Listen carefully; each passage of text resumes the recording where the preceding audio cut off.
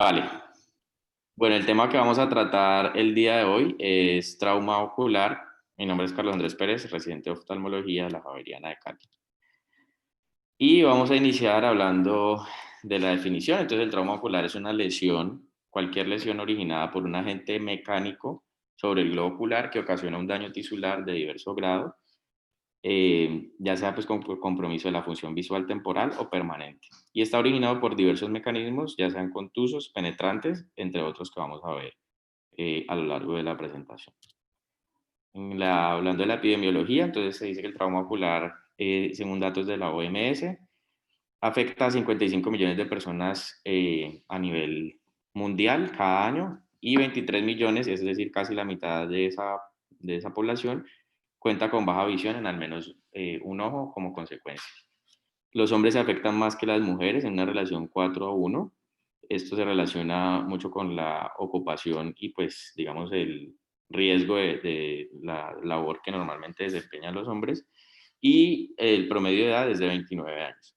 Un tercio de la ceguera en los niños es secundaria a un trauma ocular, y esto puede, digamos, revertirse con el uso de protección adecuada porque puede prevenir hasta el 90% de los traumas oculares. Entonces es una gráfica en la cual podemos ver la distribución por décadas en años de edad, encontrando que pues a medida que avanzan los pacientes con adultos mayores con edad más avanzada tienen menos lesiones a nivel ocular. Y el porcentaje de hombres, que es la gráfica de arriba, es mayor que las mujeres y coincide también con en la década de años, la edad en años. Asimismo, el trauma no intencional corresponde al 66% de los casos. El trauma generado por otra persona es del 15%, autoinfligido es de 1% y de origen desconocido de 18% aproximadamente.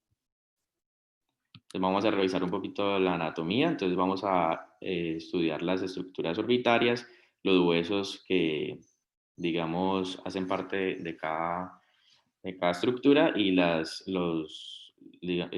relaciones anatómicas con las que cuenta. Entonces, en el reborde orbitario superior o el techo de la órbita está mayormente conformado por el hueso frontal, en esta gráfica representado en color azul claro, y las estructuras asociadas son el seno frontal y el nervio supraorbitario, que está localizado más o menos a este nivel. La pared lateral de la órbita representada en el gráfico de color naranja, los huesos pues, implicados y las estructuras asociadas son el ligamento plantar lateral. El reborde inferior y piso de la órbita, que está representado en color verde, los huesos implicados son el cigomático y el maxilar, y las estructuras asociadas son el oblicuo inferior, el recto inferior, el seno maxilar y el nervio infraorbitario.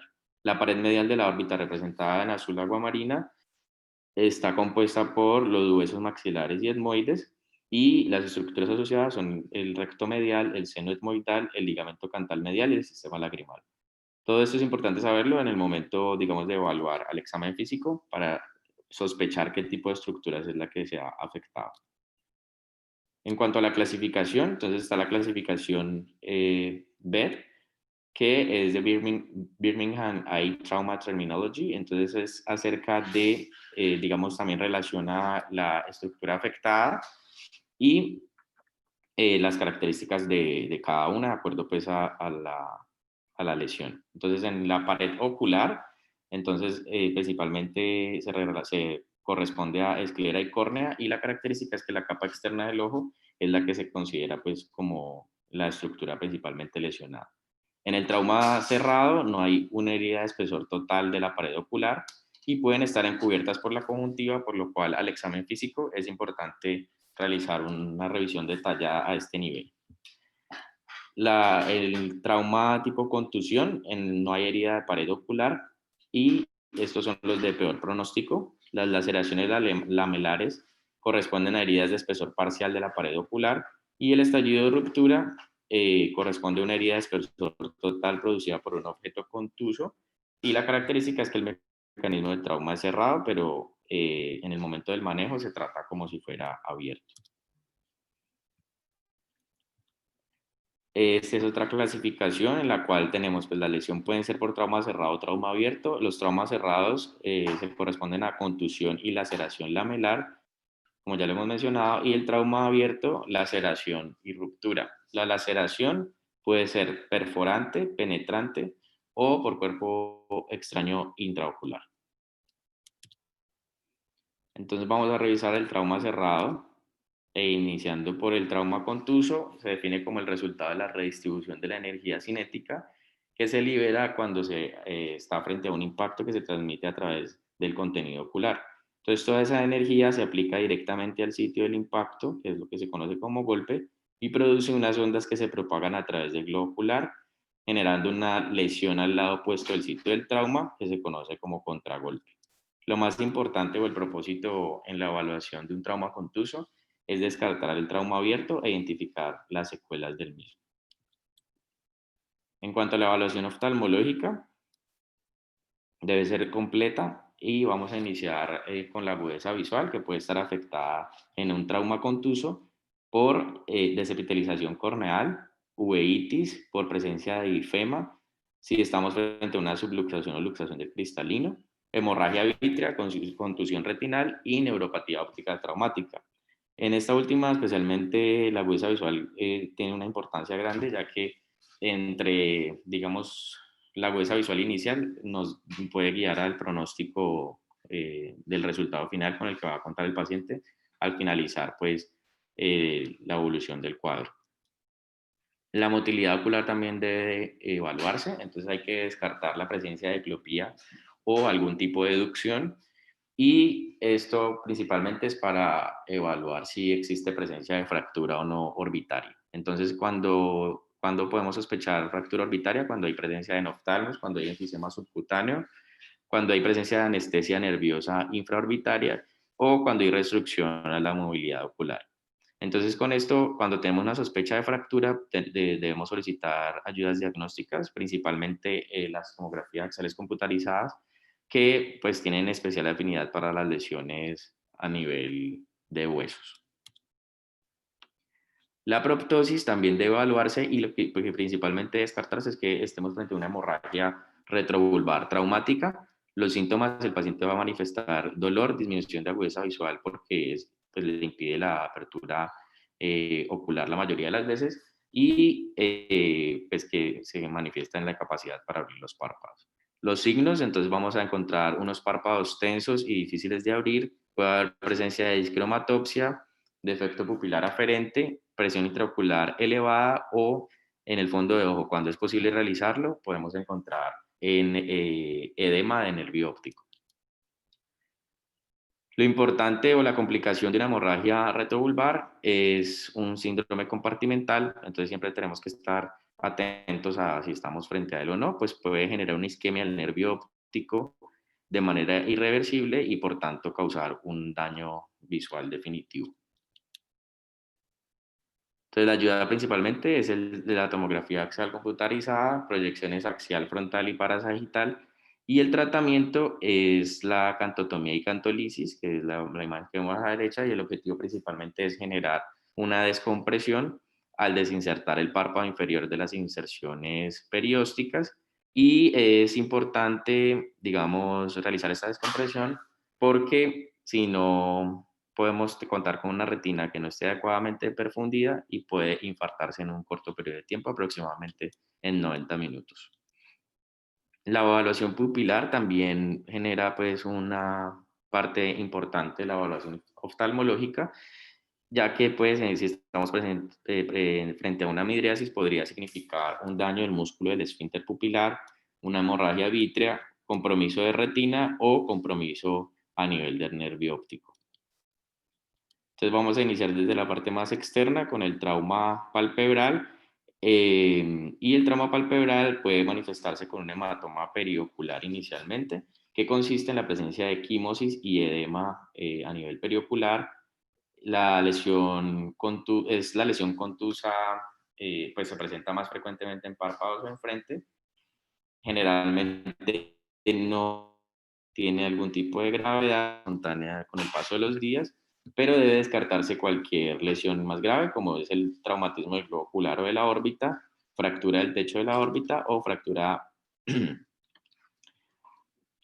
o fractura de la base del cráneo. Entonces, pues en el hematoma periocular, entonces cuando estamos sospechando traumatismo del globo ocular o de la órbita, idealmente es examinar el globo ocular antes de que pues, se presente edema palpebral, porque posteriormente esto va a impedir una adecuada evaluación. No debe ejercerse presión hasta que se haya confirmado que el globo ocular está íntegro y debe evaluarse la posibilidad de realizar imagenología, ya sea TAC o resonancia magnética nuclear. La fractura del techo de la órbita debe sospecharse especialmente si se asocia a una hemorragia subconjuntival como la imagen, de la imagen sin límite posterior visible, es decir, que no podamos ver hasta dónde llega esta manifestación clínica. Entonces, pues, debemos sospechar pues, un posible foco hemorrágico a nivel posterior. Y la fractura de la base del cráneo, que la podemos sospechar con los ojos de panda o de mapache, que pues ya todos conocen. Las laceraciones también hacen parte del traumatismo palpebral y, aunque sean pequeñas, deben explorarse con detalles, al igual que el globo ocular y los anexos. Entonces, cualquier defecto puede repararse por cierre directo si es posible, y las laceraciones superficiales paralelas al borde palpebral deben, pues sin separación de bordes, puede corregirse con seda o nylon 6 ceros.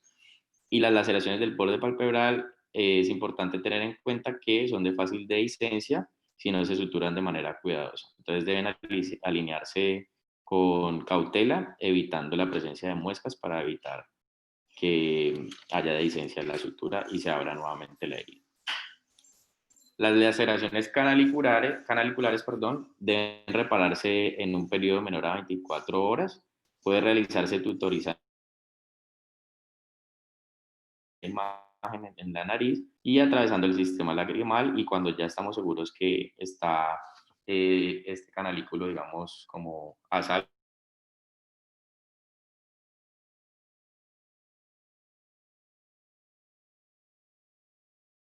La profilaxis antitetánica también es importante tenerla en cuenta en caso de que no haya inmunización previa. Se usan 250 unidades internacionales de inmunoglobulina antitetánica humana intramuscular, y si ya hay inmunización previa, entonces se aplica el toxoide tetánico, ya sea intramuscular o subcutáneo. El traumatismo orbitario también Carlos, cobra importancia. Sí. dos cositas con las heridas de los párpados. Una es que siempre hacer el afrontamiento del margen, o sea, la sutura del margen palpebral con sutura de colchonero vertical, porque esa afronta mucho mejor que los puntos simples, separados.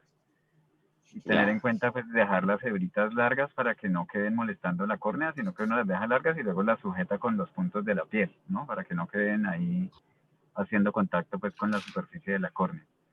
Y lo otro es que cuando son heridas muy complejas y pues uno no tiene un oculoplástico y el compromiso de la vía lagrimal, pues, es decir, hay que tratar de intubar la vía lagrimal en lo posible, pero pues si no se puede, al menos hacer una buena reconstrucción de las heridas de los párpados y luego dejar para un segundo tiempo ya lo que es la parte de la vía lagrimal.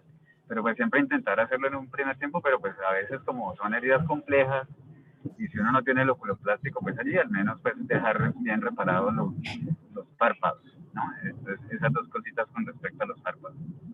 Vale, Doc, muchísimas No, no gracias. sé si todavía, porque yo hace mucho rato que no hago pues cosas de trauma de párpado, pero en mi época de residente hacíamos mucho la intubación de la vía lagrimal con lo que le llaman colita de marrano. No sé si todavía utilizan esa, es una especie como de sondita incurvada como la colita de un marrano. No sé si todavía lo usan Ya. o si lo han visto.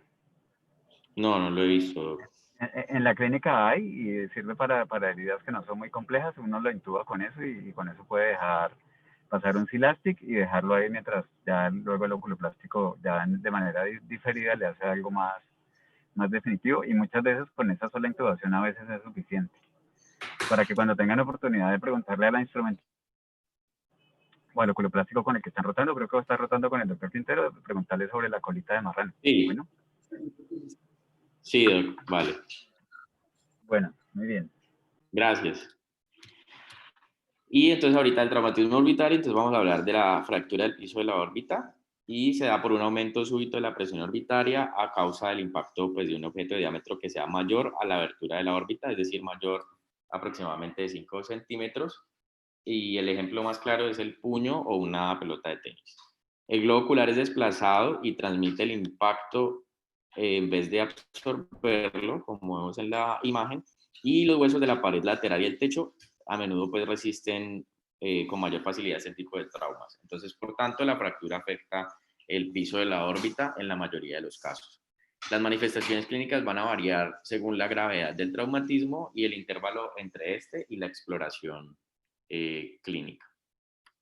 Los signos clínicos de fractura del piso de la órbita son que hay una, digamos, afectación de la función visual, especialmente en eventos agudos, y pues lo importante es controlar su evolución, obviamente pues estar citando al paciente a control para ver cómo va evolucionando este aspecto. Los signos perioculares son la equimosis, que puede ser variable dependiendo de la gravedad del impacto, presencia de edema tanto externo como interno manifestado con equimosis, y enfisema subcutáneo, que se caracteriza por contar con una sensación crujiente a la palpación por aire en el tejido subcutáneo. La anestesia del nervio infraorbitario puede, digamos, pues manifestarse sobre todo en párpado inferior, mejilla, nariz, labio superior, dientes y encías superiores. En caso de que el paciente pues la manifieste, entonces también puede hacernos pensar en una fractura del piso de la órbita que esté causando una lesión de tipo compresivo. La diplopía, digamos que la hemorragia y el edema van a tensar o van a servir como tensión, efecto tensor de los tabiques que conectan el recto inferior y el oblicuo inferior, y por tanto se va a restringir el movimiento del globo ocular. Entonces va a haber un atrapamiento mecánico dentro de la fractura del recto interno y el oblicuo inferior o del tejido conectivo adyacente, y se va a ver una limitación típicamente de la mirada hacia arriba y hacia abajo, como vemos en el paciente de la imagen. Esta lesión puede mejorarse con el tiempo sin necesidad de tratamiento si el tratamiento es de tejido conectivo que está inflamado y presencia de grasa. Pero si persiste después de ya que se ha pasado la fase inflamatoria, entonces estamos frente a una lesión a nivel muscular. Otra, digamos, manifestación es la lesión directa de un músculo pues, extraocular, entonces las fibras pues suelen regenerarse y la función, perdón, se recupera en 2 meses. Y la presencia de noftalmus puede manifestarse si la fractura es grave, como vemos en la imagen de arriba.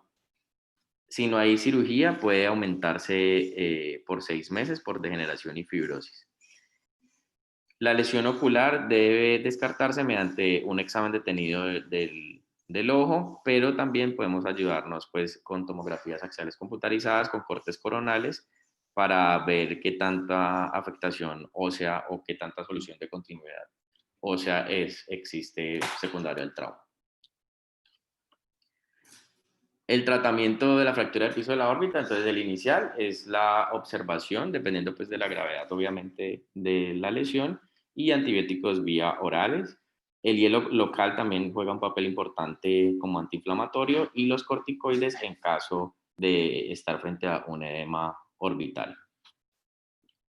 Posteriormente, pues el tratamiento debe estar enfocado en evitar diplopía vertical permanente o presencia de noftalmus. En caso de que las fracturas sean pequeñas sin presencia de herniación, no requiere tratamiento, sino observación y seguimiento clínico. Y si la fractura afecta a menos de la mitad del suelo orbitario, que no tenga herniación o que la herniación sea mínima y que no tenga presencia de noftalmus, tampoco requieren tratamiento. Sin embargo, puede haber presencia de noftalmos significativo si no hay tratamiento cuando las fracturas son mayores de la mitad del piso de la órbita. Las fracturas con atrapamiento del contenido orbitario, pues con enoftalmos mayores de 2 milímetros o diplopía persistentes, deben repararse antes de 2 semanas para evitar pues, secuelas permanentes. Y hay pues en la literatura que revisé hablaban de fracturas con ojo blanco manifestadas con encarceración aguda de tejido herniado en un defecto óseo debido a que hay una mayor elasticidad del hueso en personas jóvenes principalmente. En caso de realizar cirugía, entonces este procedimiento se realiza con una incisión transconjuntival o subciliar con disección del periósteo del suelo de la órbita, se libera el contenido orbitario que está atrapado y posteriormente se realiza una reparación del defecto óseo con un implante sintético. Entonces es un ejemplo de un paciente con un enoftalmos pues, evidente del ojo derecho y posoperatoriamente, después de haber hecho la liberación del contenido orbitario que estaba atrapado en la fractura, se ve pues la alineación correcta de ambos ojos. Las fracturas del techo de la órbita es algo que también debemos pues revisar, es poco común y son causadas principalmente por caídas sobre objetos punzantes y principalmente los traumas son en ceja o frente. Este tipo de lesiones son más frecuentes en los niños, a menudo pues no requieren tratamiento y en los adultos puede haber fracturas por traumas más graves con desplazamiento del reborde orbitario. El diagnóstico puede sospecharse con un hematoma del párpado superior con equimosis periocular y las fracturas graves pueden asociarse a pulsaciones del globo ocular. El tratamiento de este tipo de fracturas, las fracturas pequeñas no requieren tratamiento, al igual que las del piso de la órbita, debe descartarse fuga de líquido cefalorraquídeo por la presencia de riesgo o el riesgo, perdón, de meningitis. Los defectos óseos más grandes con desplazamiento inferior de los fragmentos van a requerir siempre cirugía y el tratamiento general es similar al de las fracturas del piso de la órbita. La fractura en estallido de la pared medial se van a asociar sobre todo a fracturas del piso de la órbita, raramente son aisladas, siempre están acompañadas de este otro tipo de lesión y se manifiesta por una equimosis periorbitaria con enfisema subcutáneo y puede haber limitación de los movimientos de aducción y abducción. El diagnóstico, pues se realiza el TAC, que pues como ya hemos mencionado es el mejor para evaluar fracturas, y el tratamiento pues es liberar el tejido encarcerado y reparar el defecto óseo. Entonces vamos a hablar ahorita de las lesiones del segmento anterior, iniciando por la conjuntiva, la parte más externa del segmento anterior. Entonces vemos la hemorragia subconjuntival, que es muy común pues, como motivo de consulta. Los síntomas van a ser el paciente manifiesta un ojo rojo, sensación de cuerpo extraño, pero la mayoría de veces pues, es asintomático y puede acompañarse o no de quemosis. Los signos es la presencia de sangre por debajo de la conjuntiva, como vemos en la imagen, se presenta generalmente en un solo sector del ojo y puede llegar a impedir la visualización adecuada de la esclerótica, por lo cual puede, digamos, cubrir algún tipo de lesión que esté por debajo de esto. Deben tenerse en cuenta, pues, en la evaluación si se observan signos orbitarios como son la proptosis, disminución de movimientos extraoculares y presión intraocular elevada. Entonces, algo que siempre tenemos que evaluar ante una hemorragia subconjuntival de origen traumático. La tomografía y la resonancia magnética axial frontal y parasagital con y sin medio de contraste, en caso pues dependiendo pues del trauma que nos manifieste el paciente, y el tratamiento generalmente es sintomático. Si la irritación es leve, pues puede indicarse lubricante y evitar uso de aspirina y AINES. En la conjuntiva podemos contar con abrasiones conjuntivales, que son lesiones de espesor parcial que tiñen con fluoresceína. En este caso es una lesión de la conjuntiva vulvar. El tratamiento es ungüento antibiótico 4 veces al día por una semana y generalmente resuelven en 2 a 3 días, pero pues va a depender también del tamaño de la lesión. Y la laceración conjuntival, que es una lesión, pero en este caso sí es de espesor no parcial, sino total de la conjuntiva, debe descartarse un trauma abierto y pues puede realizarse siempre tinción, que puede pues, manifestar cuando el paciente manifieste sensación de cuerpo extraño. El tratamiento es con ungüento antibiótico 4 veces al día y el cierre quirúrgico es de elección en heridas o laceraciones conjuntivales que sean mayores a 1 centímetro. La córnea es otra de las estructuras del segmento anterior que pueden verse lesionadas. y pues puede manifestarse con una abrasión, como una ruptura del epitelio, que va a teñir bien con fluoresceína, como vemos en la imagen de arriba, y si se localiza sobre el área pupilar, pues puede afectar la visión porque pues obstruye directamente el eje visual. También podemos estar frente a un edema corneal agudo secundario, perdón, a una disfunción focal o difusa del endotelio y se asocia a pliegues de la membrana de Descemet y engrosamiento estromal. Los desgarros de la membrana de Descemet suelen ser verticales, como los que vemos en la imagen, y son comunes en casos de traumatismos obstétricos. El ifema es otra de las manifestaciones que podemos encontrar en el segmento anterior y es se considera una hemorragia en la cámara anterior, que es frecuente sobre todo en los traumas contusos. El 60% es debido a trauma contuso y el 30% a trauma penetrante. El pico de incidencia es de 10 a 20 años.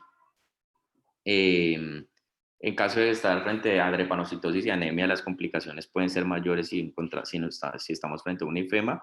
Y el 83% de los pacientes con ifema tienen más estructuras comprometidas, por lo cual siempre debemos estar atentos a buscarlas. El origen del sangrado, pues generalmente su raíz pues, es en el iris o la superficie del cuerpo ciliar. Los síntomas del ifema pueden manifestarse dolor, disminución de la agudeza visual por obstrucción directa en el eje visual y deterioro progresivo pues, de la agudeza visual. Los signos es la presencia de sangre en cámara anterior y en etapas pues, iniciales puede manifestarse como un tindal hemático. Y en la evaluación debe medirse la altura del ifema, medir la presión intraocular y descartar siempre lesión a nivel del segmento posterior. Esto es un cuadro en el cual se ve pues, el grado de ifema y el pronóstico. Entonces podemos ver en presencia de microifema que se va a manifestar como un tindal hemático. Pues es el de, digamos, buen pronóstico porque podemos lograr o esperar encontrar una visión de 20/50 o mejor en el 90% de los pacientes. El grado 1, que es el que vemos aquí en el diagrama, se afecta menos del 33% de la cámara anterior y el pronóstico es del 90% de lograr 20/50 o mejor. En el grado 2, de 33 a 50% de compromiso de la cámara anterior, el pronóstico es de 70%. En el grado 3 es mayor, cuando el compromiso es mayor al 50%, el pronóstico de agudeza visual 20/50 o mejor es del 50%. Y en el grado 4, cuando está completamente afectada en un 100%, pues la cámara anterior, el pronóstico visual de 20/50 o mejor es del 50%.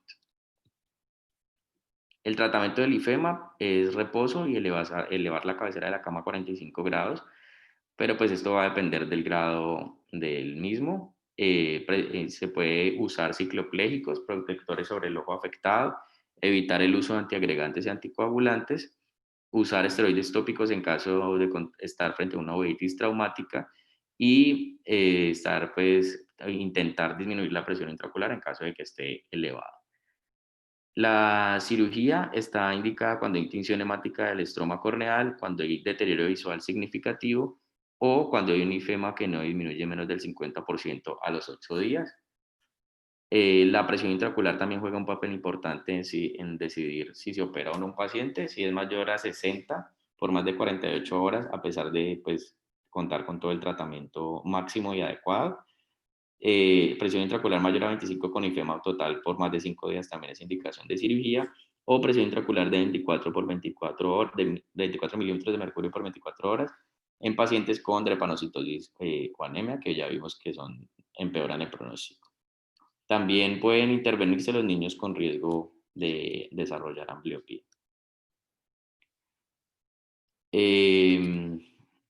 También las complicaciones, pues puede ser una oclusión de la arteria central de la retina, que es la que vemos en la imagen, por un aumento de la presión intraocular prolongado.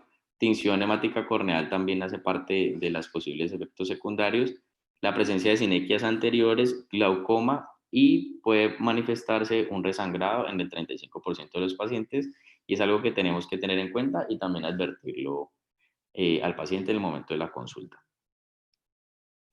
Bueno, ahorita siguiendo con el segmento anterior, vamos a hablar del iris. Entonces, en el iris podemos encontrar La ciclodiálisis, que es un tipo de lesión que se caracteriza por una desinserción del cuerpo ciliar del espolón escleral. Entonces, en caso de trauma abierto, la presión intraocular va a estar disminuida y en caso de trauma cerrado, aquí cometí un error, la presión intraocular va a estar aumentada. Entonces, el manejo de la ciclodiálisis pues, va a ser atropina al 1% por 6 a 8 semanas. Si no mejora, fotocoagulación con argón láser, y si no hay mejoría, pues finalmente se decidirá intervención quirúrgica. La iridodiálisis, que es la que se manifiesta clínicamente como la imagen de la diapositiva, es una desinserción del iris del espolón escleral, y esto va a manifestarse con un aumento de la presión intraocular, daño de la malla trabecular y sinequias anterior-posteriores. Si hay presencia de diplopía pues asociada a iridodiálisis, se puede usar lente de contacto blando, y si no hay mejoría, pues se considerará intervención quirúrgica. La recesión angular es otra de las lesiones que podemos encontrar a nivel iridiano, y es la separación de las dos porciones longitudinal y meridional del cuerpo ciliar. Puede ser causado por un desgarro del cuerpo ciliar y se puede observar mediante gonoscopía generalmente. Se presenta en el 56% de los pacientes que cuentan con IFEMA. Y las rupturas del esfínter iridiano, que pues producen una deformación de la pupila, y el tratamiento es quirúrgico. La técnica pues usualmente es la sutura de McCannell, que es la que vemos en la imagen. Entonces ahorita vamos a hablar del cristalino. Entonces puede haber, de acuerdo a la ubicación, si hay desplazamiento del mismo, entonces podemos estar frente a una subluxación o una luxación, y si hay afectación de su transparencia, entonces estamos frente a una catarata traumática como la de la imagen. Entonces, cuando hay subluxación, ocurre por una disrupción de las zónulas y se comprometen más del 25% de las mismas. Los síntomas va a ser una agudeza visual que va a estar normal o disminuida, y puede haber la presencia de diplopía monocular. Los signos en la lámpara de hendidura podemos encontrar una subluxación visible, facodonesis e iridodonesis, perdón. En la imagen, pues, podemos ver que está la presencia de las zónulas, digamos, sosteniendo todavía el cristalino, y por tanto estamos frente a una subluxación. El prolapso del vítreo a través de las zónulas hacia la cámara anterior puede confirmarnos el diagnóstico de subluxación y diferenciarlo de la luxación completa. En el caso de la luxación, hay una disrupción completa de las zónulas. Estas no se van a observar la lámpara de hendidura. Los síntomas es una agudeza visual disminuida, y los signos, pues la luxación va a ser visible. En algunos casos el cristalino ni siquiera se ve a nivel de la pupila, y se ve como en la imagen, donde no se ve ninguna zónula pues que sostenga el cristalino.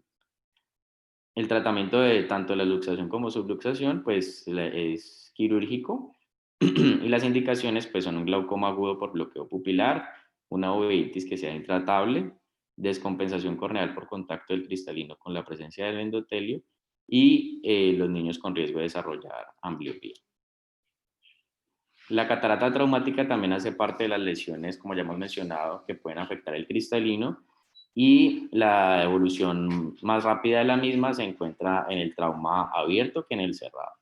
Los síntomas, pues la agudeza visual va a estar comprometida por la opacidad del lente pues, natural del ojo, y los signos va a ser la opacificación del cristalino, y el tratamiento pues es quirúrgico. Vamos a hablar ahorita acerca de las lesiones del segmento posterior. Entonces podemos encontrar conmociones retinianas. El síntoma pues, puede ser asintomático, o también puede contar con una disminución de la agudeza visual. Los signos son lesiones a nivel retiniano de color blanquecino o hipopigmentado. Carlos, Ajá. Lo que pasa es que tengo, como yo estoy en urgencias, tengo ya algunos pacientes. Ya. ¿Será que no sé cuántas diapositivas o más o menos cuánto tiempo te falta? Pues solo falta segmento posterior. Ah, bueno, o sea, 5 minuticos más o menos o algo así. Sí, yo creo que sí. Ah, bueno, listo, perfecto. Ahí está. Entonces continúa. Sí, voy a hacerlo un poquito más rápido. Entonces podemos encontrar, pues puede estar en el polo posterior de la periferia, pues digamos las lesiones blanquecinas. El tratamiento es autolimitado, por lo cual hay que hacerle seguimiento al paciente. La hemorragia vítrea, pues los síntomas son pérdida de la agudeza visual, percepción de manchas oscuras. Los signos pueden ser tindal hemático hemovítreo. Pruebas complementarias pueden ser con ecografía en modo B, y el tratamiento, si se sospecha desprendimiento de retina, entonces debe llevarse a una vitrectomía vía pars plana.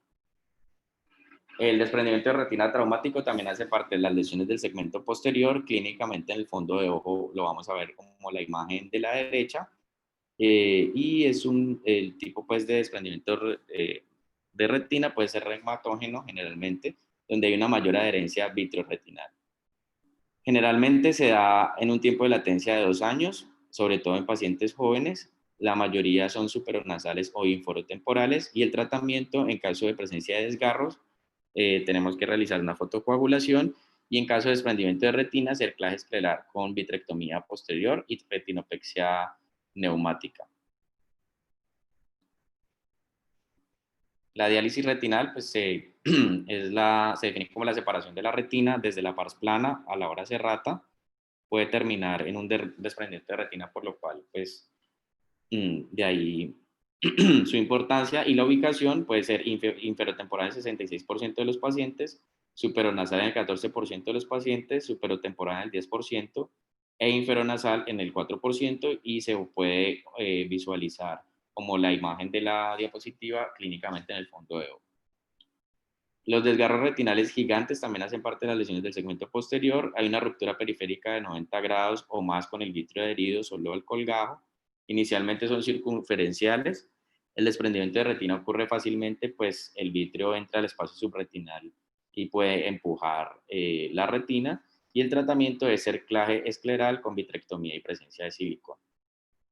El agujero macular traumático, manifestado clínicamente como la imagen de la derecha, es secundario a un trauma contuso de alta energía que genera necrosis con degeneración cistoide y tracción anteroposterior del vitrio retinal. Los signos son una agudeza visual de 2080 a 2400, presencia de metamorfopsias y escotomas centrales, y los signos es un agujero macular en el fondo de ojo como el que vemos en la imagen. El tratamiento es la evolución al cierre espontáneo. Si es mayor de 15 días, debe llevarse el paciente a vitrectomía con liberación de membrana limitante interna y remoción de la membrana epirretiniana. La ruptura coroidea es una lesión de la membrana de Bruch tras un trauma contuso. Puede ser directa por necrosis de descompresión o indirecta secundaria al trauma como consecuencia de un contragolpe. Los síntomas es que la agudeza visual va a estar comprometida, y los signos es una cicatriz coroirretinana blanco-amarillenta, como la que vemos en la imagen, concéntrica o que rodea el nervio óptico. En caso de la ruptura coroidea, pues la ayuda es diagnóstica de lecciones en la geografía, o en caso de que sospechemos neovascularización coroidea. La complicación es la neovascularización subretinana, y el tratamiento es la fotocoagulación y anti-VEGF en caso de presencia de neovascularización. La retinopatía escleroticaria, ruptura coriorretiniana, pues los síntomas van a ser pérdida visual. Los signos es un área de ruptura coroidea y retiniana dejando esclerótica desnuda, hemorragia subretiniana, intrarretiniana y vítrea, como la que vemos en la imagen, y afecta con frecuencia pues la mácula. La evaluación debe descartarse si se trata de una lesión por proyectil de arma de fuego, descartar ruptura del globo ocular, descartar presencia de cuerpo extraño intraocular y descartar desgarros, sobre todo desprendimientos de retina. Las ayudas diagnósticas de esta entidad son el TAC de órbita y la ecografía en caso de sospechar cuerpo extraño intraocular, y el tratamiento pues no se recomienda una corrección aguda debido a que la hialoidis posterior intacta puede ayudar a prevenir un desprendimiento de retina. La neuropatía óptica traumática puede ser por trauma directo por objeto causante o un fragmento óseo, o por trauma indirecto al ser traccionado por desgarramiento y hemorragia. El diagnóstico, la agudeza visual va a estar comprometida. El defecto del campo visual generalmente es altitudinal. Puede haber DPA al examen físico y un nervio óptico edematoso con hemorragias, pero no siempre es así. De hecho, inicialmente la neuropatía óptica traumática puede manifestarse con un fondo de ojo totalmente normal. Las ayudas diagnósticas, el TAC, que ayuda, digamos, a localizar la naturaleza y el sitio exacto de la lesión. Y el manejo es por cirugía con descompresión del nervio óptico, que cada vez está más en desuso, drenaje de hemorragia en caso de existir y la extracción de cuerpos extraños.